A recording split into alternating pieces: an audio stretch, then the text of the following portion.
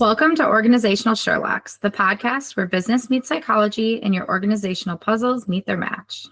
Join us for captivating stories and practical solutions to unravel your toughest challenges. I'm Dr. Elizabeth Fleming. And I'm Morgan Ashworth, your guides to a prescription for business success. Let's dive in. How you doing today, Elizabeth? Good, good. How about you?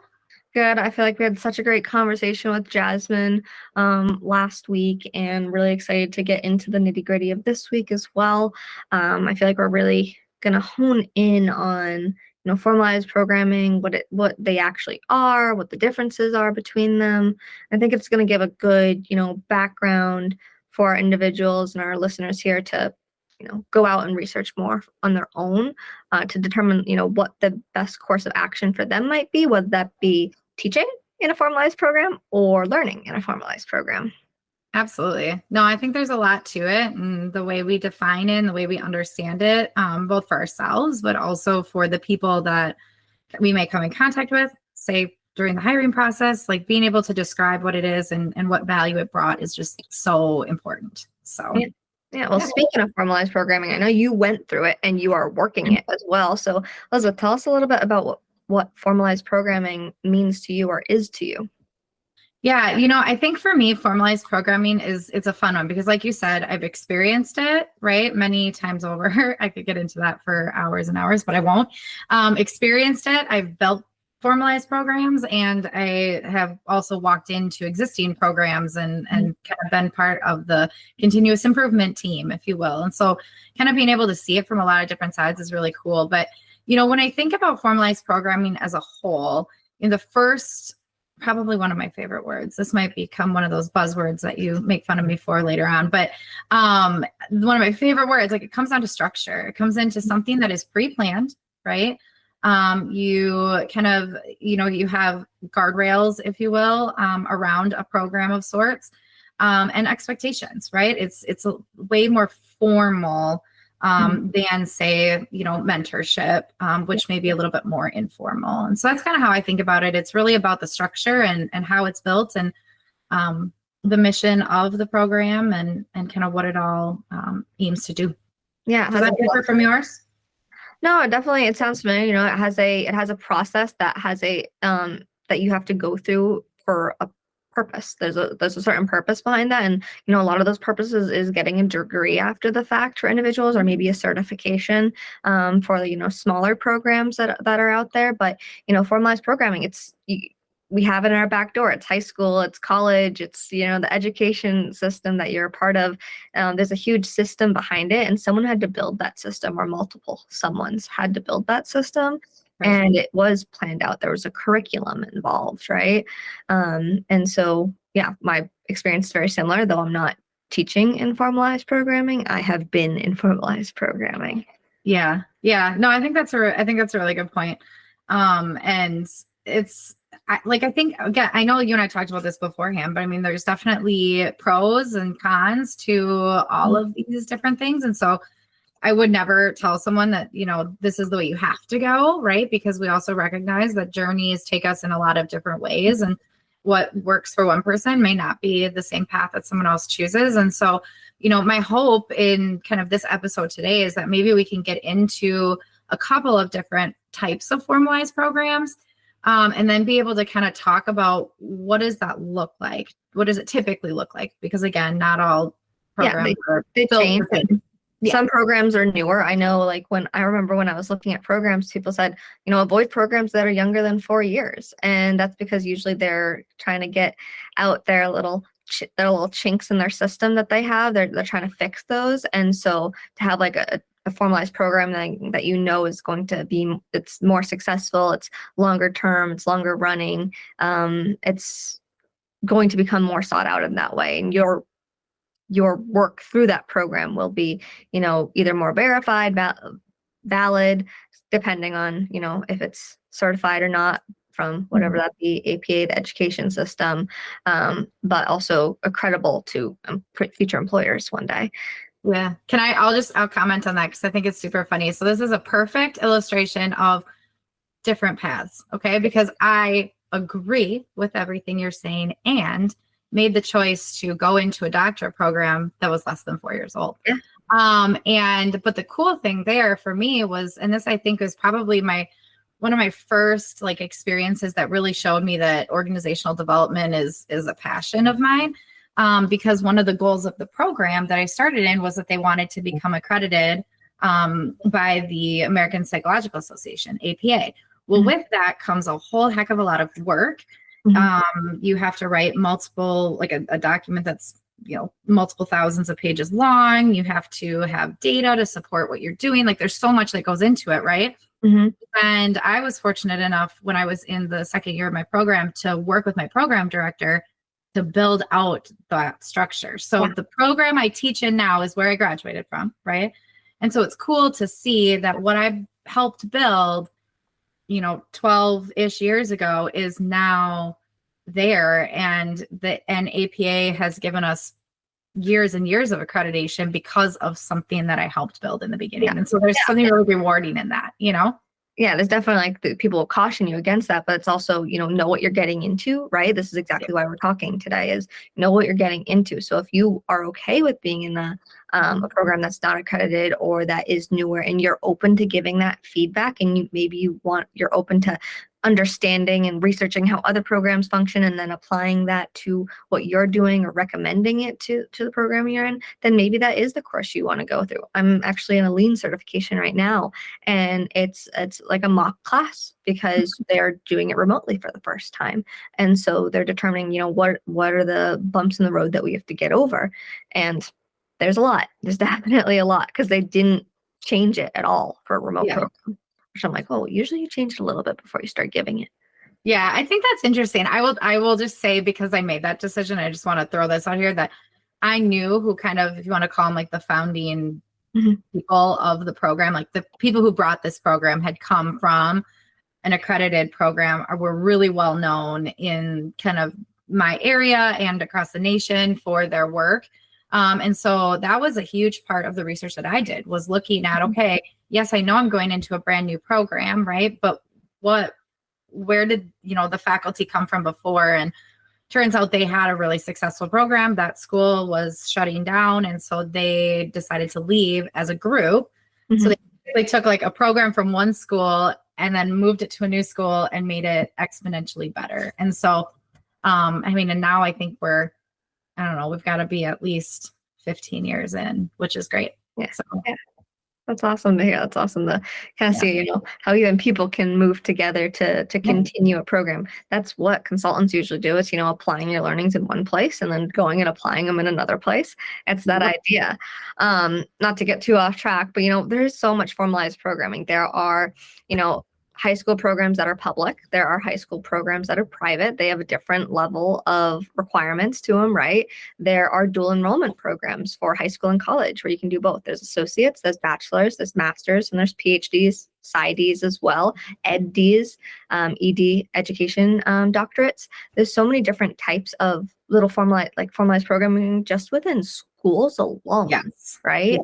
I know you went through a PsyD program specifically, and we were just talking about this. Your program's looking for a PhD candidate to come in and teach. I'm like, well, why not a PsyD, right? Yeah, there's a lot of similarities, right? But there's also differences. And like thinking about formalized programming within a doctorate program, let's say, or a master's program too. Depending on the type of program, that may look a little bit different. For very like applied psychology programs like a PsyD, for instance, or a master's degree, you often have to do one or more practicums, for example. And like, I was just thinking about how when I was kind of transitioning into the business world, how I'd say, well, this was my practicum. And they'd be like, what's a practicum? Because some people don't know, right? Because it is a different, it's different term. For what some of us would like to think internship, but then interestingly, in doctorate programs, internship is different than practicum because it's related to pay, right? You're paid for an internship, but not for a practicum. So Elizabeth, why don't you give a little feedback or a little, background on what practicum is? In that case, if it's different than internship, what is practicum? Yeah, so that's funny because I have spent many years of my life on practicums, which is great. Lots of applied experiences. But for my program and for the programs that are similar to mine, oftentimes a practicum is more of a part-time role where you're applying the learnings that you have in school. You're supervised. You have somebody who's already kind of experienced and licensed, potentially kind of signing off on all of your work. It's usually part-time. I had said that already, but yeah, like part-time. It's not paid typically. Sometimes they give you stipends, especially if, like in Minnesota, we have a very large state. And so if you're going to a rural area, for instance, they may give you like a stipend for travel or something like that, because people are needed in those areas, right? So in that sense, it's a little bit different. Whereas like internship is more of a full-time paid, not well, but paid still, experience, where you are an employee, but that experience only lasts for a year, right? So the expectation is you finish internship, all the rest of your coursework is done, your practicums are completed, and then you get your degree. Yeah, so it's kind of the last step. Yeah, now you go and you apply it and you practice it, and then you go, yes, get your degree. I also think of, medically, there's different medical-based doctorates, whether that be a true MD or a PT doctorate. There's they have practicums, but they're basically internships. There's 3 different practicums, but they're 3 different internships. They're all unpaid, though. Right. You can travel anywhere for the world for those, but no stipends at all. I know this because my sister, she went through her PT doctorate, and she traveled to 3 different places. 2, she had places to stay. 1, she did not. She had to rent. So it's part of, her living expenses, though she didn't have school living expenses. So it's the typical. But she did 3 different places, 3 months each, over the course of 2 years. And that was her quote internship, but it was called a practicum. So it's cool to see those intricacies. Yeah. That's right. Well, I think like if you're thinking medical doctors, like a residency in some ways is a little bit like what I would consider like a blend of like an internship and a postdoc, if you will. It's like you're done with your coursework, you're pretty much good to go. Like that's, so if you want to equate it to that, I would say it's probably most similar to like a resident in the medical world. Definitely similar to a resident, but kind of split up in a different way. But again, this is formalized programming. There are different versions of it out there. And so whatever version you're getting into, just make sure you know what you could see, because not every school has practicum and internship. They might only have one. And out of what you might see, what does the specific school or schools you're looking at require? Right. I know even for a master's degree, there's so many differences. There's masters of arts and there's masters of sciences, and there's other types of masters as well, but I'm not going to get into all of those. But I actually have a mentee who I worked with that lives in Southern Africa.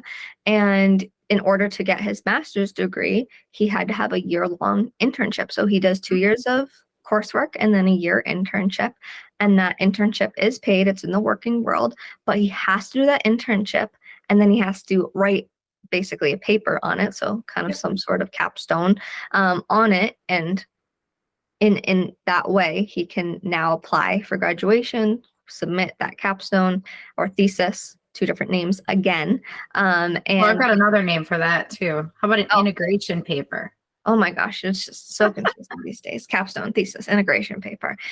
Again, there's also synonyms in formalized programming, but there could be differences in what they exactly require. But I do know this student, he was in his internship year in his master's program. And once he gets his master's, he can call himself an industrial organizational psychologist.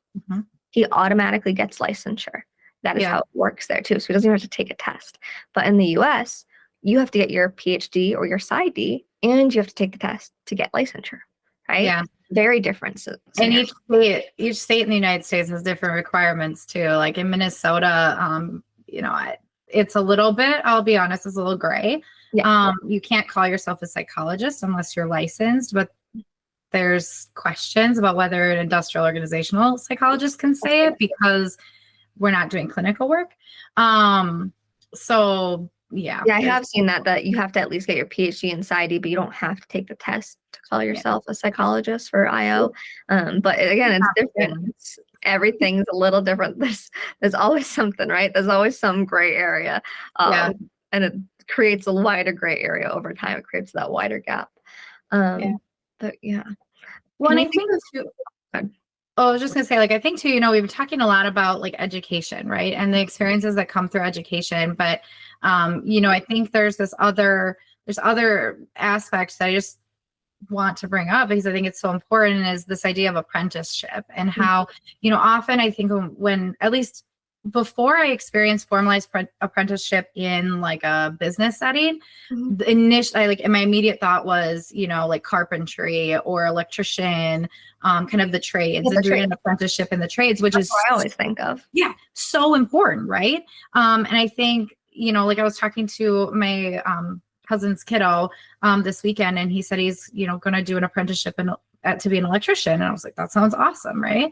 And so needed for what it's worth. But there are in the business world apprenticeships as well. That was one program that I built kind of from the ground up. And it was interesting because I'd always get the question, well, how are our apprentices different than our interns, right? And so kind of the way that we kind of separated it out is, we had kind of this one center of excellence, right? The training development, kind of talent development, if you will, umbrella, but then two prongs, I guess, one being internships. So folks in their bachelor's degree, in this case, usually in like computer science or project management or something like that, who are doing an internship as a component of their educational requirements. And then we had the folks who are coming in as apprentices. And so maybe, sometimes they didn't come with a degree. They weren't in school. They maybe were trying to break into a new field, and their degree had absolutely nothing to do with what they were hoping to do, right? In that way, we worked to kind of build these formalized programs that would support their learning in a real life, like applicable setting, right? The education behind it's different, but the real work is roughly the same. One person though is learning more on the job than the other person who's coming in with a greater educational background. Right. Exactly. And I think that there's a lot of different ways, again, from like a terminology perspective, like I've heard it called apprenticeship. I've, seen, especially like in consulting firms, like they might be like a consultant in training or a CIT program. I know one of our future guests here will be able to probably tell us a little bit more about that because she has built those programs, has a lot of experience in this area.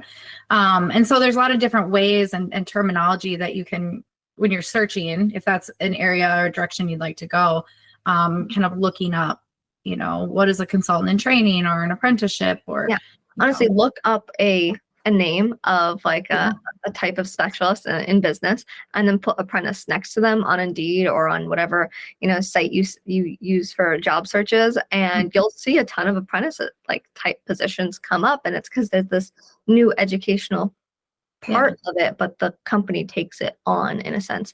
Not always, in the trades they do send them to school, and it's kind of like a certification class almost that they go through each year.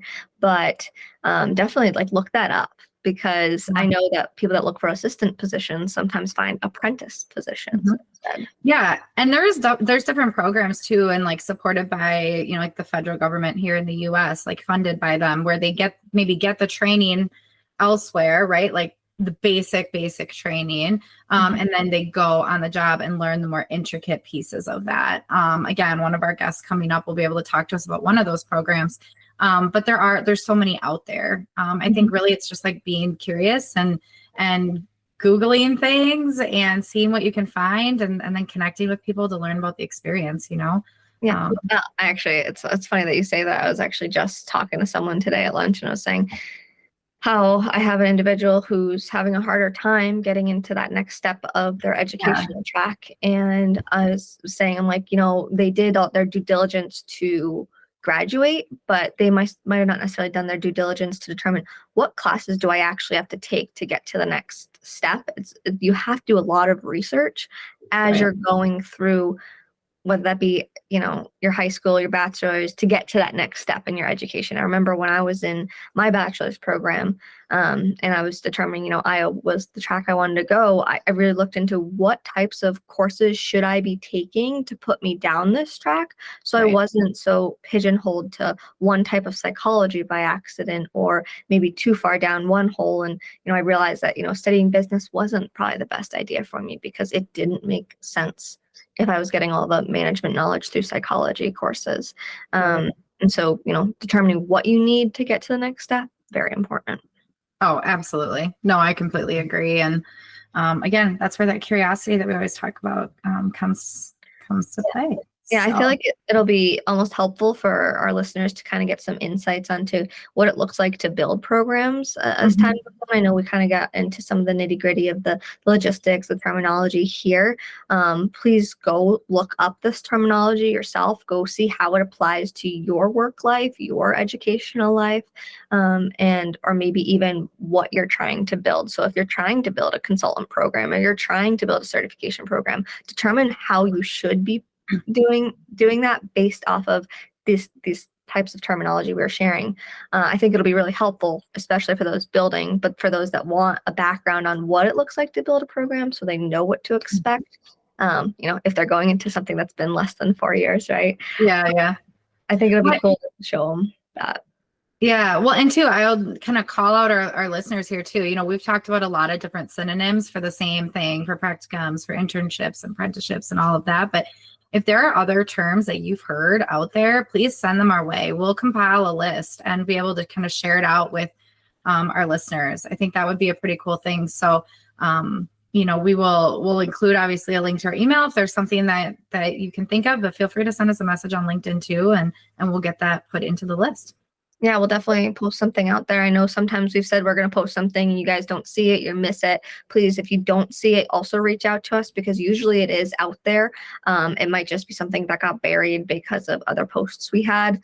I know today was definitely more about, terminology and kind of more on the quote student side of formalized programming, but I think it'll be come next podcast, we're going to talk more on the internal side, the people building those programs. So if that's what your interest is regarding formalized programming, stay tuned, because we are going to be talking about that come next week, and even the week after. We're hoping to have another guest on. So stay tuned. Awesome. Well, Morgan, I think we wrap it up today, if that works for you. And yeah. So with that, this concludes another intriguing episode of Organizational Sherlocks. I'm Elizabeth Fleming. And I'm Morgan Ashworth, reminding you that the journey to success is an ongoing investigation. Stay curious, stay strategic, and keep utilizing insights to decode your business mysteries. Join us every Tuesday for your next Whodunit. This is Organizational Sherlocks, closing today's case. See you all next time.